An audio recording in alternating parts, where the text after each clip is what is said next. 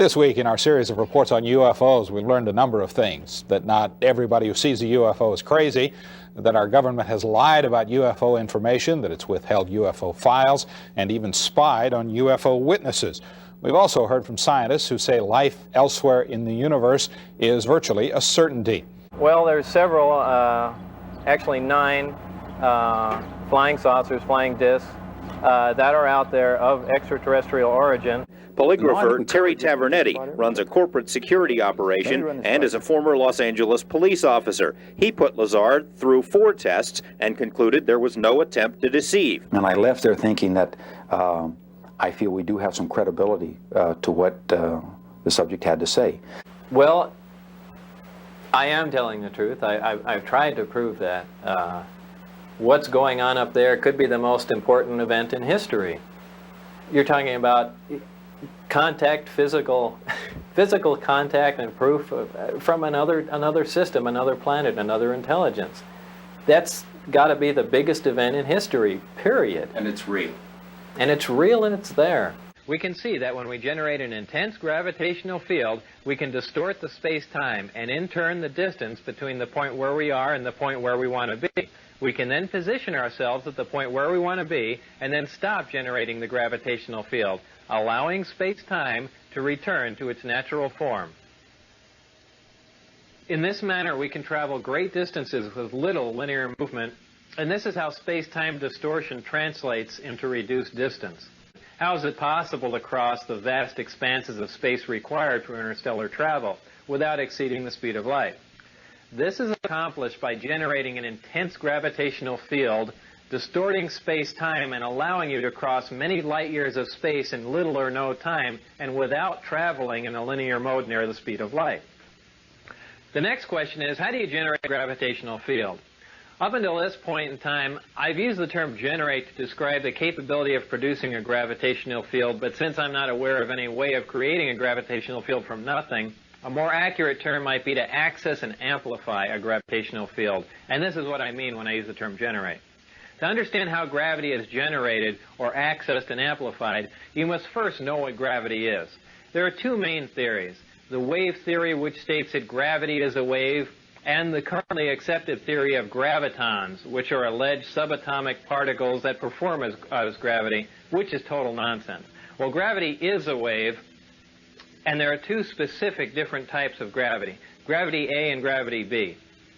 Gravity A works on a smaller micro scale, while gravity B works on a larger macro scale.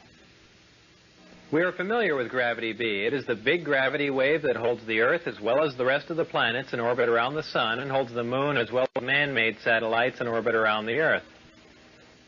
We are not familiar with gravity A. It is the small gravity wave which is the major contributory force that holds together the mass that makes up all protons and neutrons. Gravity A is what is currently being labeled as the strong nuclear force in mainstream physics, and gravity A is the wave that you need to access and amplify to enable you to cause space-time distortion for interstellar travel. To keep them straight, just remember that gravity A works on an atomic scale, and gravity B is the big gravity wave that works on a stellar or planetary level. However, don't mistake the size of these waves for their strength, because gravity A is a much stronger force than gravity B. You can momentarily break the gravity B field of the Earth simply by jumping in the air. So this is not an intense gravitational field. Locating gravity A is no problem because it is found in the nucleus of every atom of all matter here on Earth, and all matter anywhere else in our universe. The reactor is located directly above the 3 gravity amplifiers on the center level and is in fact centered between them. The reactor is similar to this half-scale model. The element 115 is machined into triangles like this and is then inserted into the reactor. This piece of element 115 is the source of the gravity A wave as well as the target that is bombarded with protons to release the antimatter. This technology that you've learned about thus far was brought here by some alien beings from the Zeta Reticuli 1 and 2 star system. These stars are located in the constellation of Reticulum, which can only be seen from the southern hemisphere. Zeta Reticuli is a binary star system, which means it has 2 stars, and is located approximately 30 light years from Earth. The beings are 3 to 4 feet tall and weigh 25 to 50 pounds. They have grayish skin and large heads with almond-shaped wraparound eyes. They have very slight nose, mouth, and ear positions and are hairless. These beings said that they had been visiting Earth for a long time and presented photographic evidence which they contended was over 10,000 years old. There was an exchange of hardware and information in central Nevada until 1979, at which time there was a conflict which brought the program to an abrupt halt. The beings left, but were to return at a 1623 date, and I don't know what that date is. With the remaining hardware and information, the U.S. government started the back engineering program. Staffordshire's had a whole crop of flying saucers. Spots in the sky, lights in the sky, strange things. But the strangest of all was seen one day over this cottage. Mr. and Mrs. Rustenberg were living there, quietly, out in the country. And, well, you just tell me what you saw. Well, it was one ordinary day. I was waiting for my husband to come home from work, and my two sons went to Seifert to school, and I was getting changed, and I heard this terrific noise. It was just like a giant cauldron of water being poured onto a fire, a shh sort of noise, you know. And my first reaction was, oh, the children. I thought maybe a plane was crashing or something like that. And I slipped my jumper on and went outside to find my two sons lying flat on the ground in the garden in front of the house, shouting, "Mummy, Mummy, there's a flying saucer." Well, naturally, I just said, "Come on, don't be stupid. Come in the house." But felt sort of a strange sensation. Wended my way up the side of the house to where we had a pump where we used to get all our water from, and automatically looked up to see this, all I can describe, this huge Mexican hat. It was stationary, this thing, and it was bright silver in colour, and it had a dome. It was tilted to sort of, I could see the occupants in it. You saw people in it? I saw people in it. There were two people in there. These people were beautiful people. That's the only way I can describe them. They had long golden hair, like a page boy bob, just like the old kings. You used to see photographs of the old kings. And the colour of the hair was golden. Now, I was really... What were they dressed in?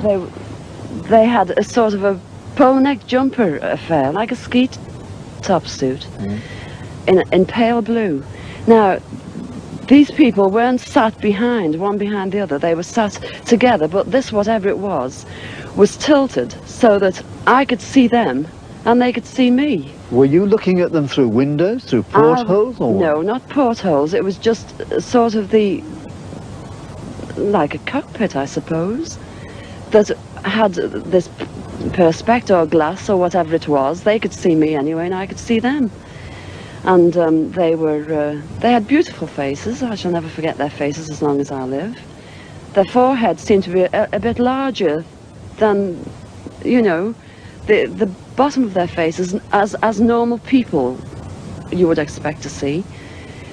But maybe this was just whatever they had round their heads, which was like a transparent fishbowl. And they just looked. And I was absolutely paralytic with fear. I couldn't move, although my mind was ticking over. And they looked so sympathetic that I was just mesmerized for what seemed to be, ages, but it could have only been seconds. And I turned to sort of look down at the boys, was unaware that they were with me because I was so absorbed. And the next thing, I looked up and it was gone. How low had it been? It had been the height, I couldn't tell you. But the house that you've seen, it was just on top of the roof. It was hovering on top of the roof. How big was it compared with the size of the house? It swallowed the whole circumference of the roof. I couldn't see, the roof was completely blotted out. The chimneys I couldn't see. All I could see was this massive object that I described as like a Mexican hat without the bubbles. And then it flew away sideways or upwards? No, I didn't see. I just looked up and it had gone. But I assume it went straight up, because for a short while after in the sky I looked around and I said to my two boys, where, can you see anything? Can you see anything? And they said, there it is, Mum, and they pointed up, and I watched it. It was just like a little cotton meal in the sky, and it circled us 3 times. It went round 3 times, and then it just shut off, and that was it.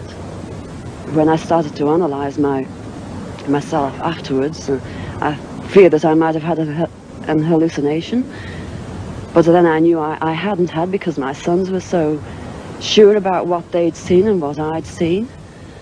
And it went through my mind that it was a secret weapon from Russia, and then I thought, well, it can't be that, because if they had something like that, they wouldn't need to fear anybody or anything. Were you scared by it? Did you run indoors? Oh, I was petrified. I couldn't move.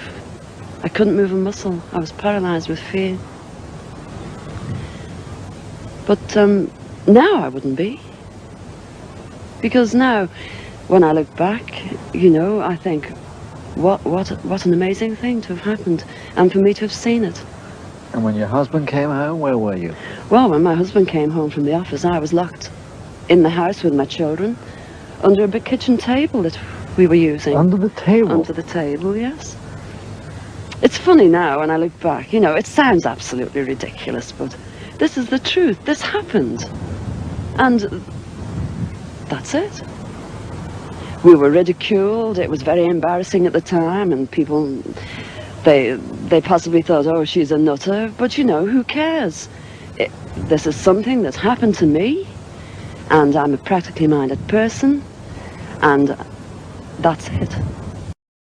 You're 22, you're logging, you're in the woods. Tell me what happened. Well, it's just, you know, when you're done working hard physical labor, everybody's kind of jacked up, and there was a whole lot of chatter in the car. We're just talking away, you know, it's starting to get dark. We just loaded up our equipment. We're headed out. And I looked up ahead, and I saw this kind of glow coming through the trees. First, I thought, no big deal, you know, it was deer hunting season. Thought maybe there was some hunters camped up on the hill up there. Maybe light shining through a tent. It was still something really strange, kind of caught my eye. And one by one, the other guys in the crew started looking, but nobody said, oh my God, what's that, or anything like that. It was just kind of an idle curiosity at first. But when we burst into the clearing where we could see the source of this glow, it was just, whoa, you know, I mean, it was just mind-blowing instantly. I inexplicably got out of the truck and ran toward this thing.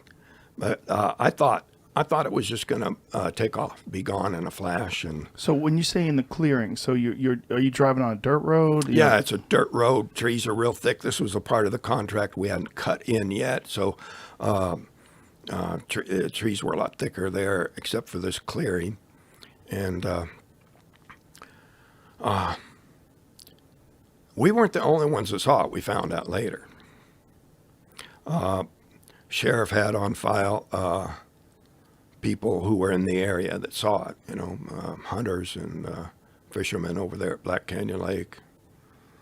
And the movement that they described was what the crew described when it left.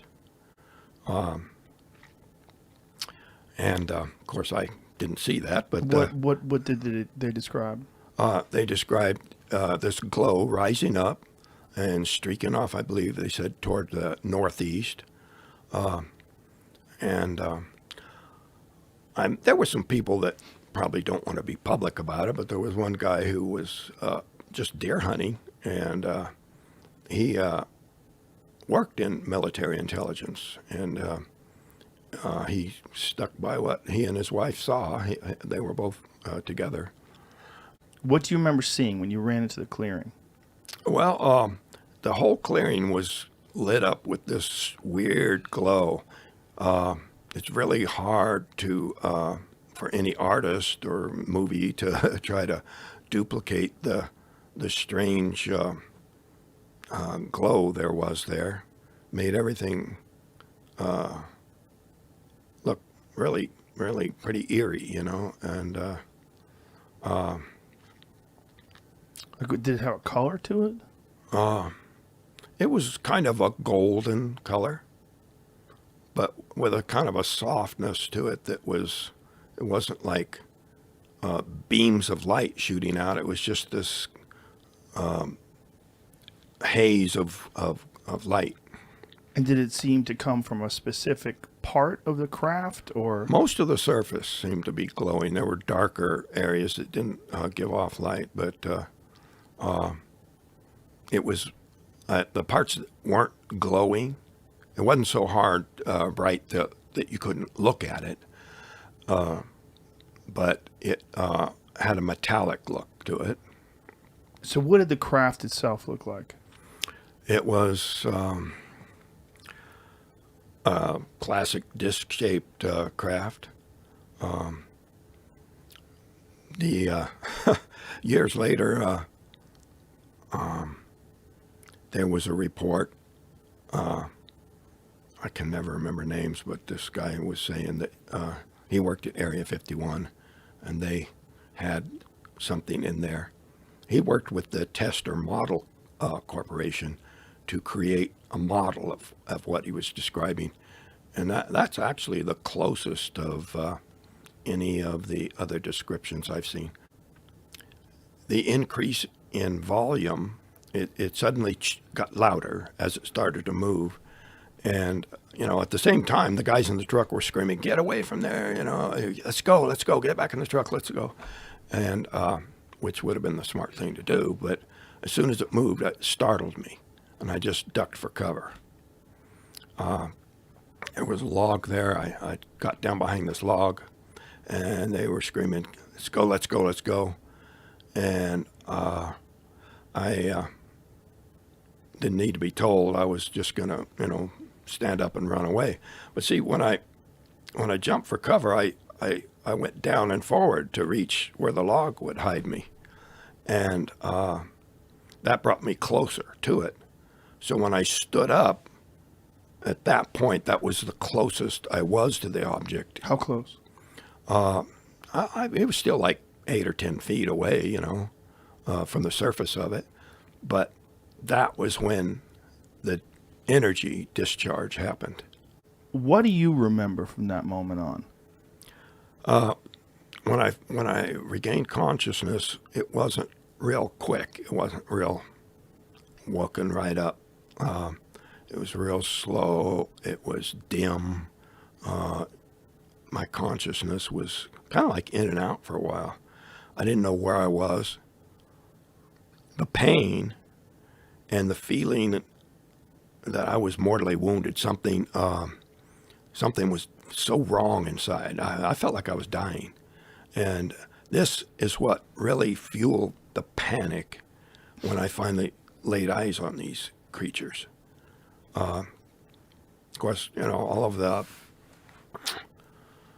mental programming that we get from Hollywood that aliens are invading monsters, didn't help.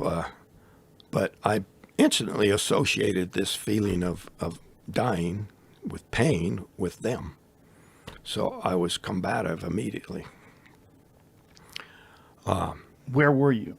I was lying on my back on a raised table. There was a light above me.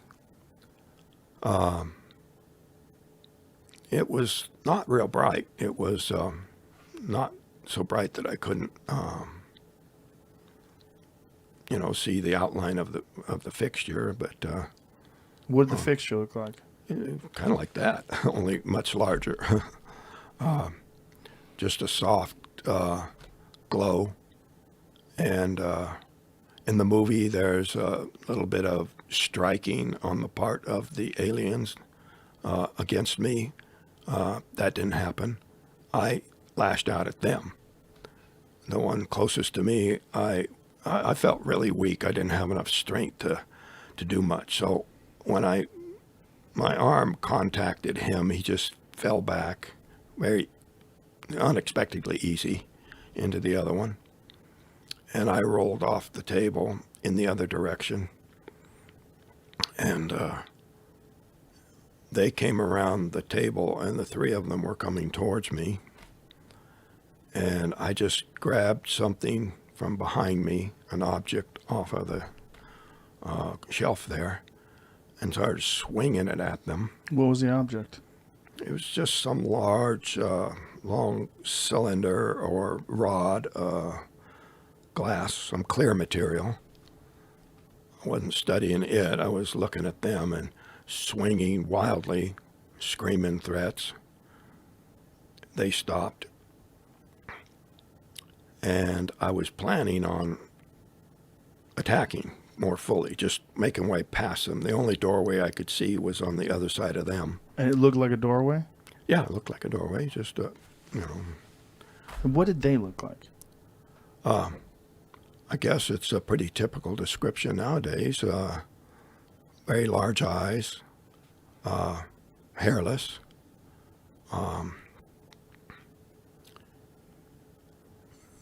two eyes, nose, mouth.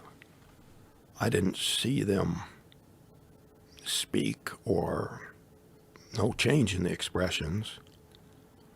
And to me, that in the face of all this screaming and the fear that I was projecting, their lack of reaction probably just added to my panic. Material, was that similar in your story? Yeah, the table and the floor were kind of just one material. And, everything was all like one material. Because there are no, first of all, everything is one color. It's like a dark pewter color, and there are no right angles anywhere. It's as if somebody took, I've said this before, somebody took a model and fashioned it out of wax and then heated it just for a short time so everything melted. Everything looks like it's fused together. Everything has a radius of curvature where two items meet. It's a really weird looking thing. So you say they scurried out of the door? Mm-hmm. And then what was your reaction from there? Well, I was afraid they'd come back. They had gone to the right, so I went to the left. And I was just blindly trying to find a way out. So you turn to the left after you see the beings turn to the right. What happens after that? Well, I was trying to find a way out. So I saw a chair and some buttons, and I thought maybe some of these could open some of those doors. But they didn't. And just trying to find a way to get some of these doors to open. And then a man came in. And he looked to be a human being to me. At the time, I took him to be a human. It was there to rescue me from these monsters, How was the human dressed, or the human-like being? Just blue coveralls. Facial features of a man. Yeah, the facial features of a man. And hair? No, yeah. Kind of longish hair, not, no insignia, no like rank or military indicators. Or maybe he's just in a hurry to get me somewhere. Took me. Was there anything covering his head or anything? Yeah, there was a helmet over his head, and it made me think. Well, either the air in there wasn't appropriate for him, or it had something to do with how combative I was. That maybe it was just for protection. But for whatever reason, he was wearing a helmet and nobody else was. Blue coverall, and the helmet is like a clear helmet. Yeah, they were similar in a family sort of way. What color hair? All the same hair? Or? Yeah, not a real pale blonde, just sort of a sandy blonde color. We saw this like a silver thing down there. It was a silver oval thing that flew past really slowly. I saw the bigger one and a spaceship, like 4 or 5 of them. It was red, green, and yellow. There was this big ship. It had these lights, these patterns, and it flew. I thought, no, it's not a UFO. And then I looked carefully at it, and I thought, maybe.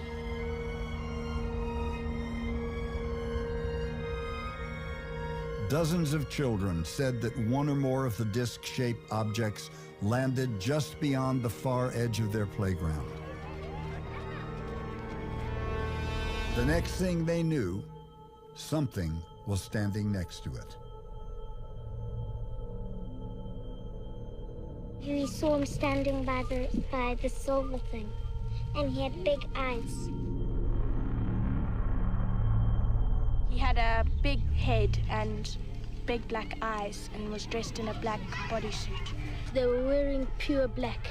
And I came down and I saw the funny man with his eyes here, and I saw a spaceship, and there were a few little ones around it.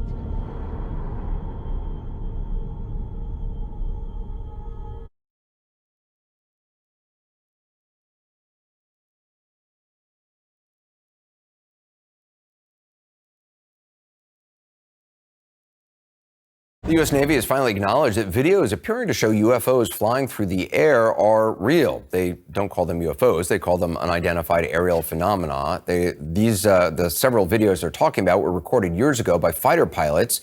Then in 2017, they were made public by the New York Times. Look at that thing, dude.